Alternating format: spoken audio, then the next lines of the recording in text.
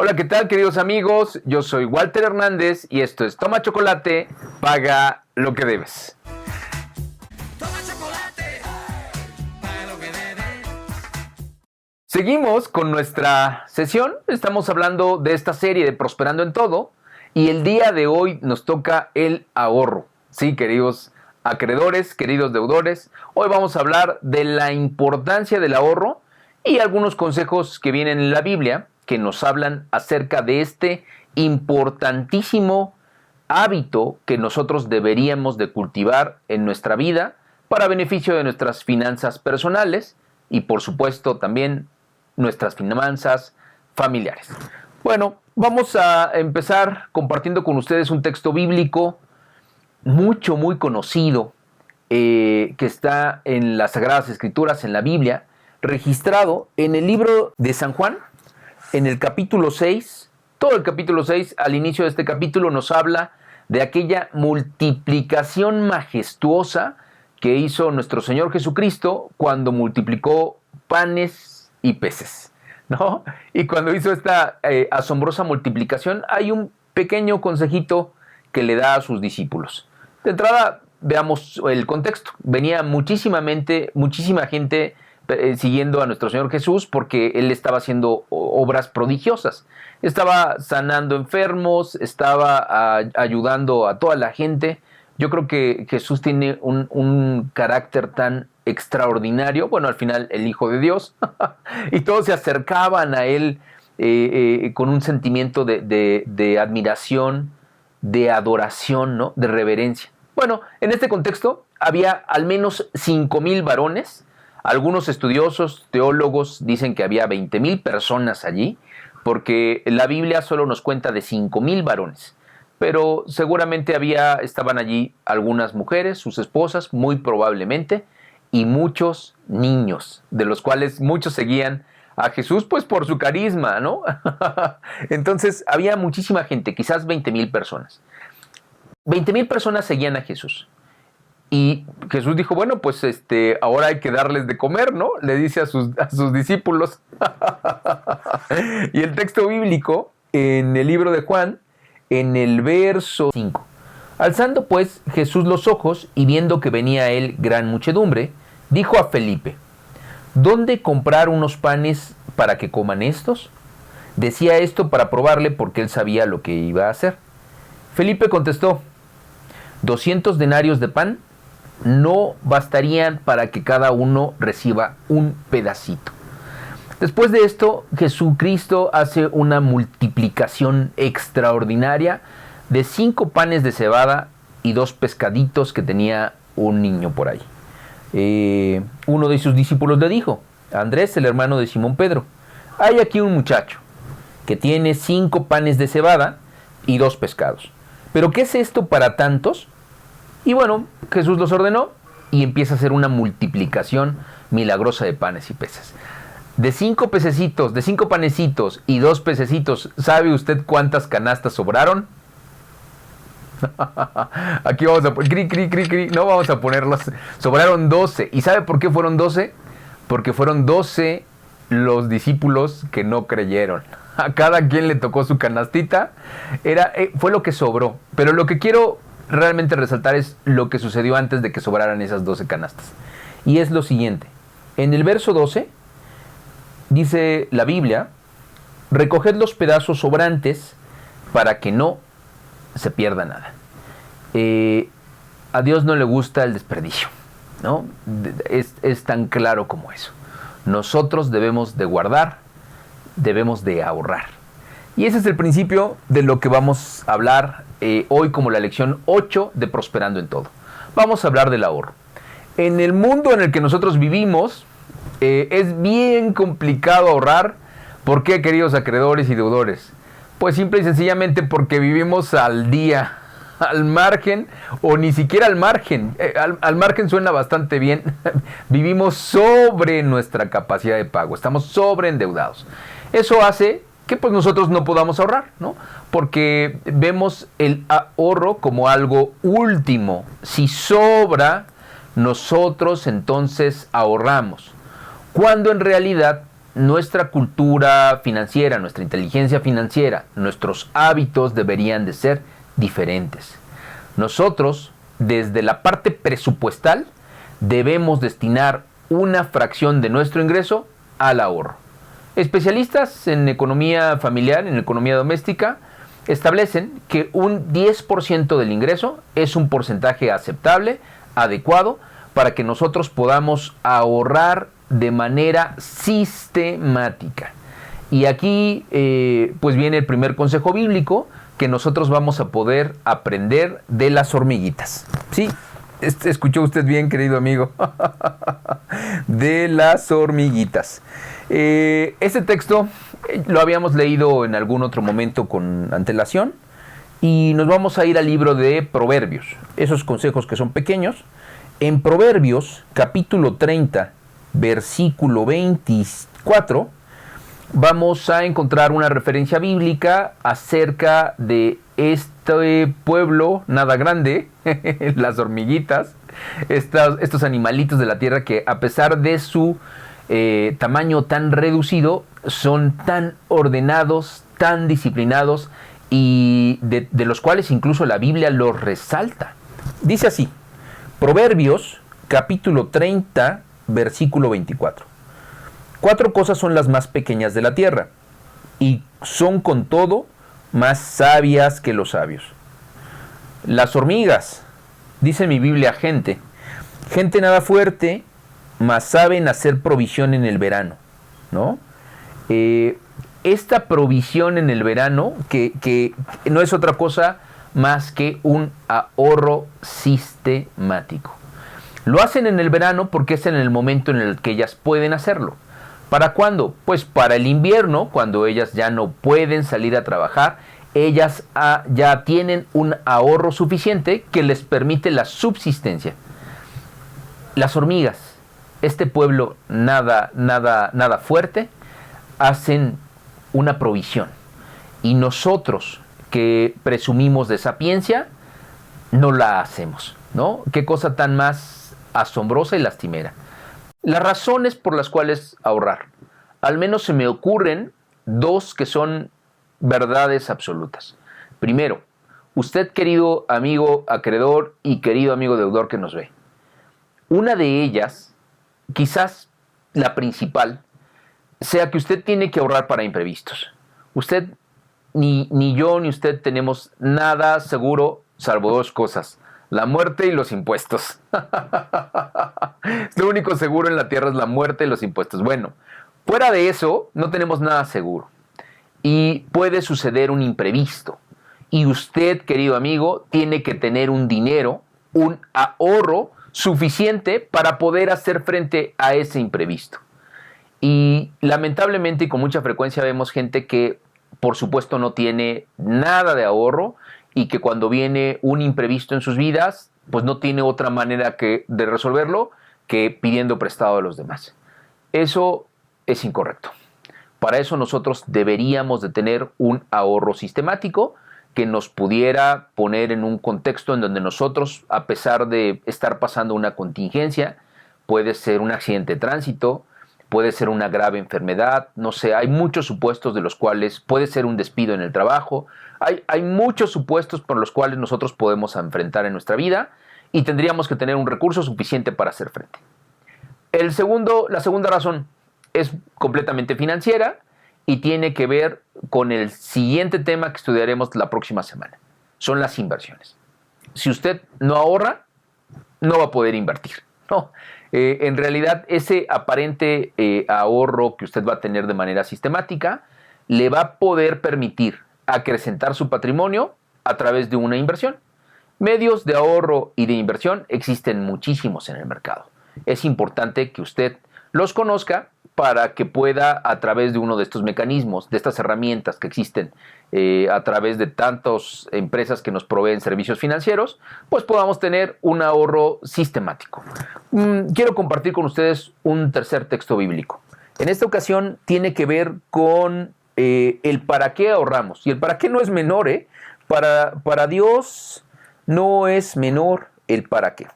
Para eso los invito a que ustedes me acompañen al libro de Mateo. En el capítulo de Mateo 6, versículo 19, ustedes van a ver allí ahorro. El tema es para qué nosotros ahorramos. Y las razones por las cuales nosotros tenemos este ahorro, pues deberían de ser pulcras, ¿no? Deberían de ser decentes, deberían de ser idóneas. Y con mucha frecuencia quizás nuestros propósitos son únicamente egoístas. No quiero decir que tú pienses ahorrar para tener un coche esté mal, o para tener una casa, un departamento, o para irte de viaje. No, no, no, no, no. El motivo que tú tengas personalísimo para ahorrar está bien, es correcto. Pero también hay motivos que son extraordinarios, ¿no? Cuando uno además incluye a Dios en esos motivos, o cuando incluye a los demás en esos motivos. Hay un tema que hay que tener cuidado con el dinero, y es que eventualmente el dinero nos puede separar de Dios. Yo personalmente he pensado que Dios a veces no me da muchas cosas que yo quiero o deseo o pretendo, porque a lo mejor si Dios me lo da, cuando lo tenga esa cosa me separa de Dios. Y entonces no lo quiero, ¿no? Es un tema que pues tú también tendrías que reflexionar. Si eso que tú tanto deseas, ¿no? Que tendríamos de entrada que identificar y diferenciar entre deseos y necesidades, ahora hablamos de eso, quizás cuando lo obtengas te separe de Dios, ¿no? Hay un momento para todo. Por eso a lo mejor en tu juventud tengas muchos deseos, muchos impulsos, muchos ánimos y no tengas lo que quieres, pues a lo mejor es porque no es el momento. Bueno, leamos este texto bíblico que a mí me gusta mucho. Dice así: no atesoréis tesoros en la tierra, donde la polilla y el orín los corroen, y donde los ladrones perforan las paredes y roban. Atesorad más bien tesoros en el cielo, donde la polilla y el orín no corroen, y donde los ladrones no perforan las paredes ni roban.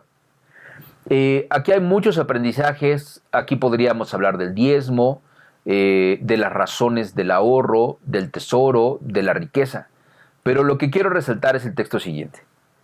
Donde está tu tesoro, allí está también tu corazón.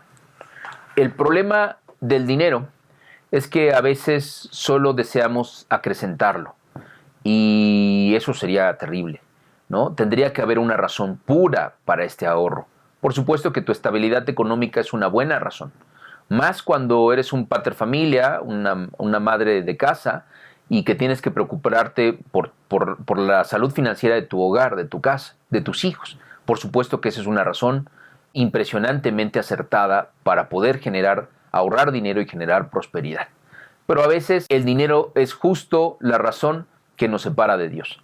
Y es entonces cuando este ahorro, estos motivos, pues no son los adecuados, y a veces por eso quizás nosotros no tengamos el dinero que tanto anhelamos.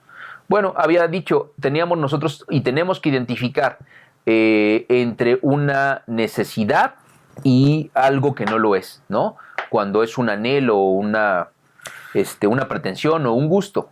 No quiero decir que los gustos sean necesariamente malos, pero esos deseos tendríamos perfectamente que identificarlos de las necesidades. Mira, un deseo es aquello que tú quieres y que no es necesario para tu subsistencia diaria. Y en este mundo consumista y materialista, los mercadólogos nos han hecho pensar que nosotros necesitamos muchas cosas, ¿no? Con mucha frecuencia tú puedes escuchar a una amiga, a un amigo que te dice: necesito comprar tal cosa, ¿no? Y en realidad, no sé, ¿qué te gusta? Necesito comprar un iPhone. Y a menos de que seas a lo mejor un creador o no sé, quizás no lo necesites, ¿no? Pero nos han hecho pensar que nosotros tenemos esa necesidad, ¿sí? Es la función de ellos, y entendemos que la economía en nuestro mundo así funciona. Pero es bien diferente a una necesidad. Una necesidad es aquello que tú necesitas, requieres. Por supuesto que lo necesitas para vivir, como puede ser, por supuesto, la comida, ¿no? Lo que has de beber, me refiero al agua. ¿Dónde vivirás? La casa, el sustento, ¿no? Ese tipo de cosas son necesidades y están perfectamente bien delimitadas. Tú, querido amigo, tienes que aprender a diferenciar entre deseos y necesidades.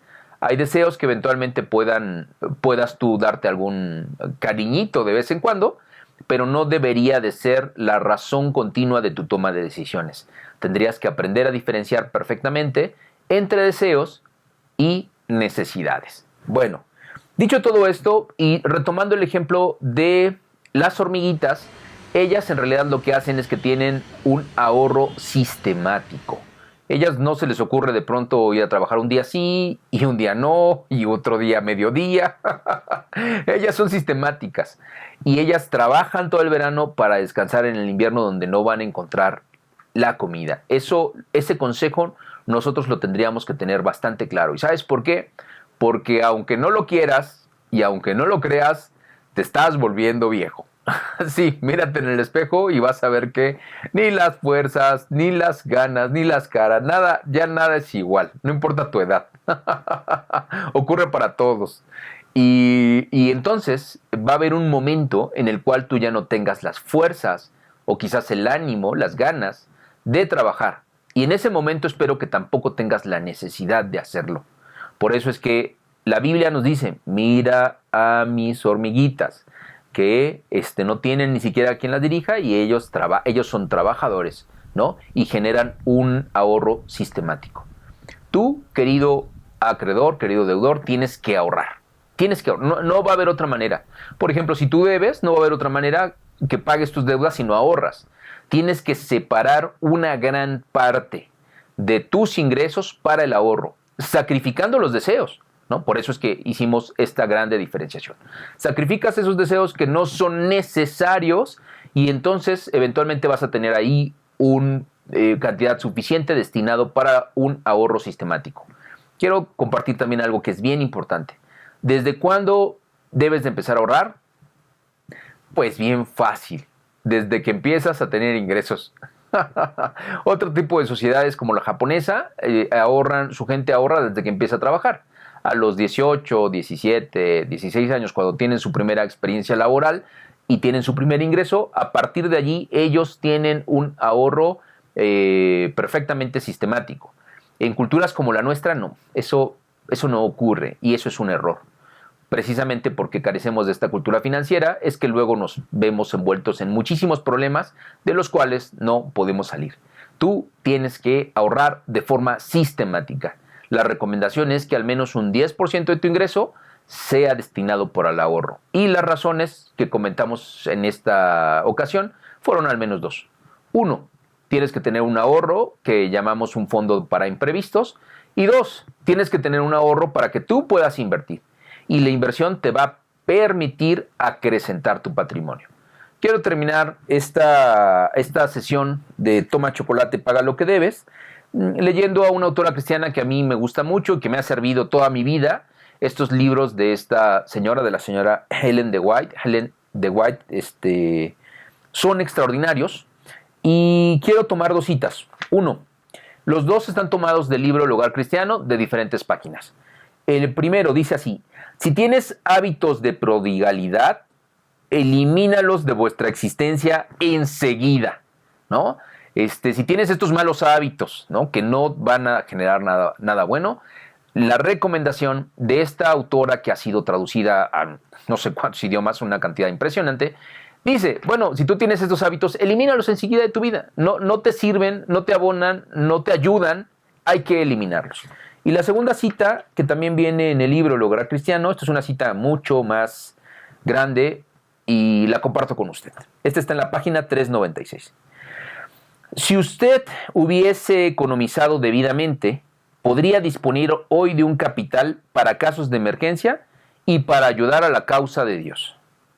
Cada semana debiera poner en reserva una porción de su sueldo y no tocarla a menos de que fuera para hacer frente a una necesidad real o para devolverla al dador en ofrenda de Dios. Los recursos que ganó no se han gastado sabia y económicamente, de modo que quedará un sobrante para un caso de enfermedad y su familia se viese privada de los recursos que usted gana para sostenerla. Ella debería tener algo con qué contar si usted estuviese en una situación difícil. Queridos acreedores, queridos deudores, el ahorro es un hábito indispensable en las finanzas sanas. Si usted quiere tener éxito económico, éxito financiero, usted tiene que ahorrar de forma sistemática. Existen muchos métodos, muchas herramientas en el mercado que nos ofrecen un ahorro sistemático. Aprovéchelas, ¿no? Les pagan rendimientos y pueden incluso, sin ser considerados inversión, puede tener usted una forma muy frecuente de ahorro de tal suerte que no se vea mermada su economía y que se vaya acrecentando su patrimonio. Pues yo soy Walter Hernández y espero de verdad que todos ustedes, queridos acreedores, y sobre todo mis amigos los deudores, puedan ahorrar para poder hacer frente a todas sus obligaciones de pago. Como dije, soy Walter Hernández y esto fue Toma Chocolate, paga lo que debes.